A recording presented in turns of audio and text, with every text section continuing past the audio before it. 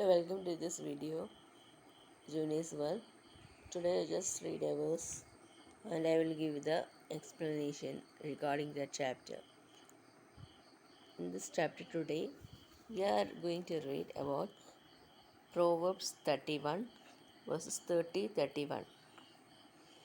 சௌந்தரியம் வஞ்சனையுள்ளது, அழகும் வீண். கர்த்தருக்கு பயப்படுகிற ஸ்திரீயே புகழப்படுவாள். அவள் கைகளின் பலனை அவளுக்கு கொடுங்கள்.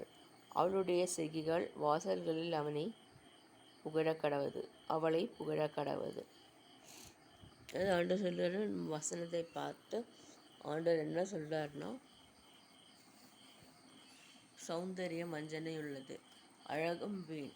கர்த்தருக்கு பயப்படுகிற ஸ்திரீயோ வெளியில் புகழப்படுவாள். Virtues, a rubies, a woman should be a virtue, a rubies. இந்த மாதிரி இருக்கணும். என் வாழ்க்கையில் அப்படியெல்லாம் ஒன்றும் இல்லை. கல்யாணம் முன்னாடியே முடிஞ்சது. ஆனால் எங்கிட்ட விர்ச்சுஸ் குவாலிட்டிஸ் எல்லாம் இருந்தது. நர்சிங் குவாலிட்டிஸ் எங்கிட்ட இருக்குது, அது எல்லோரும் சொல்லுவாங்க. ஆனால் ஒய்ஃபாக இருக்கிறதுக்கு நான் ரொம்ப பிரயாசப்பட்டேன். இப்போ நான் விவாகரத்து வாங்கி தனியாக இருக்கேன். ஒய்ஃபாக வாழணுன்னா கஷ்டம். அது அவர்களுக்கு தேவன் கொடுக்குற சுதந்திரம்.